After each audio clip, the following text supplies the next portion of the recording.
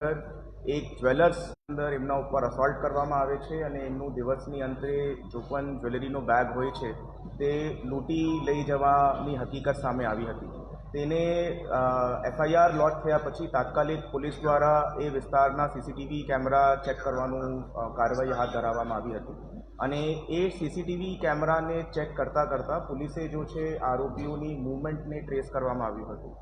450થી વધારે CCTV police દ્વારા check કરવામાં આવ્યા છે અને ઠેઠ વાઘોડિયાથી જાંબુઆ જિલ્લા એમપી સુધી આ 200 કિલોમીટરથી વધારે રૂટની ઉપર 450થી વધારે સીસીટીવી કેમેરા ચેક કરીને આ આખું આરોપીઓનું જો રૂટ છે તેનું પર્દાફાશ કરવામાં આવ્યું છે.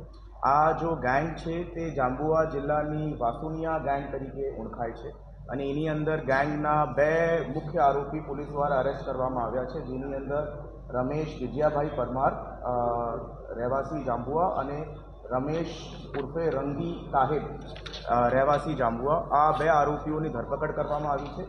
આ બંને આરોપીઓ ઉપર પહેલાં 3 અને 5 જેટલા એફઆઈઆરની અંદર ગુનાઓ રજીસ્ટર્ડ છે.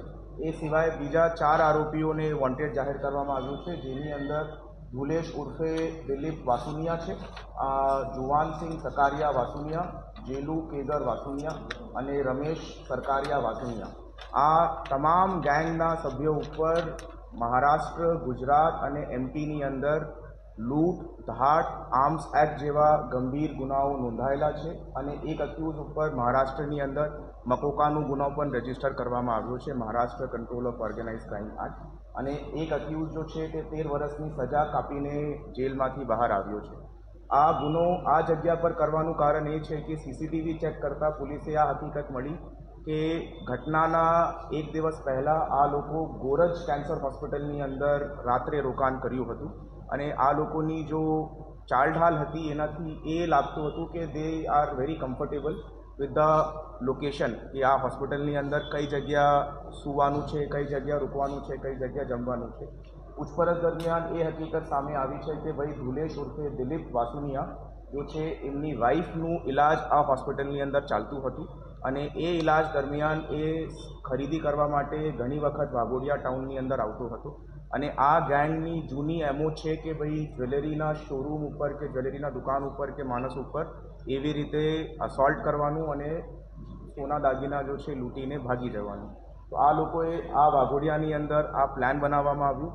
આ જો છે 11 તારીખે આ વસ્તુનો અટેમ્પ્ટ કરવામાં આવ્યું હતું, બટ જે તે દિવસે આ લોકો સફળ નહીં રહ્યા. પછી 12 તારીખે ફરીથી આ ઘટનાને અંજામ આપવામાં આવ્યું હતું. આમાં જો આરોપી છે ભુલેશ ઉર્ફે દિલીપ વાસુનિયા, 11 તારીખે એ સળિયા લઈને જો છે સીસીટીવીની અંદર કેપ્ચર થયા છે અને સળિયાથી કદાચ માણસની મૃત્યુ થઈ જાય અને ઓલરેડી એ લોકોમાંથી એક કિસ્મ 13 વર્ષની સજા કાપીને આવ્યો હતો, તો બીજા દિવસે આ લોકોએ પાઇપથી આ અસોલ્ટ કરવામાં આવ્યું હતું અને આ અત્યારે પોલીસ દ્વારા, વડોદરા રૂરલ પોલીસ દ્વારા અને એમપી પોલીસ દ્વારા એક જોઈન્ટ ઓપરેશન કરીને મધ્યપ્રદેશની અંદર જાંબુઆ જિલ્લામાંથી આ 2 આરોપીઓની ધરપકડ હાલ કરવામાં આવી છે. પોલીસ દ્વારા પ્રોડક્શન કરતાં 5 દિવસની પોલીસે એની અંદર રિમાન્ડ મળી છે અને આગળની કાર્યવાહી હાથ ધરવામાં આવશે. આ લોકોએ કોઈ પહેલાં રેકી કરી હતી કેવી રીતે? હા, આ લોકોની જો રેકી છે તે 5 તારીખે કરવામાં આવી હતી, એ પણ સીસીટીવીની અંદર કેપ્ચર છે. એક વખત અટેમ્પ્ટ કરવા માટે આ લોકોએ 11 તારીખે કોશિશ કરી હતી, પણ જો વિક્ટિમ છે તે એક 4 રસ્તા ઉપર ઊભો થઈ ગયો હતો જ્યાં એમના 4-5 મિત્રો ઊભા હતા, જેના કારણે આ લોકોએ 11 તારીખે અસોલ્ટ ના કર્યો. આ લોકોએ આ સ્પેસિફિક જગ્યા કેમ ચૂઝ કરી કે આ જગ્યા ઉપર આ જ્વેલરી? આ લોકોએ તમામ જ્વેલરી શોપ ઓનર્સની ત્યાં રેકી કરી હતી. મોટાભાગના જ્વેલરી શોપ ઓનર્સ જો છે તે ભીડ ભડકાવાળા એરિયામાંથી પોતાના ઘરે જતા હતા. ખાલી આ જ એક ભોગ બનનાર છે જે સુનસાન રસ્તાથી પોતાના ઘરે જતો હતો, એના માટે આનું ચયન કર્યું. આપણે કઈ કઈ વસ્તુ આ લોકો પાસે કબજે કરીને વાત એવી હતી કે 300 ગ્રામ સોનું પણ લૂંટાયની એવી વાત ચાલી હતી. આપણે કઈ કઈ વસ્તુની કહેવાય? હાલ પૂરતું જો રિકવરી છે એ પોલીસ દ્વારા અત્યારે રિમાન્ડની અંદર રિકવરી કરવામાં આવશે અને આરોપીઓ પાસે જો એક મોટરસાઇકલ હતી જો ગુનાની અંદર ઇસ્તેમાલ કરવામાં આવી છે તે રિકવર કરવામાં આવ્યું છે. આ લોકોની મોટરસાઇકલ ઉપર એક નંબર પ્લેટ જો છે પોલીસે મળી છે, જેના હિસાબથી ફોર્જરીના ગુનાઓ ઉમેરવામાં આવશે અને આ જો લૂંટ છે કેમ કે 6 આરોપીઓ છે તો એ પણ ધાડનું ઉમેરવાની અંદર કરવામાં આવશે. Thank you. સાવલી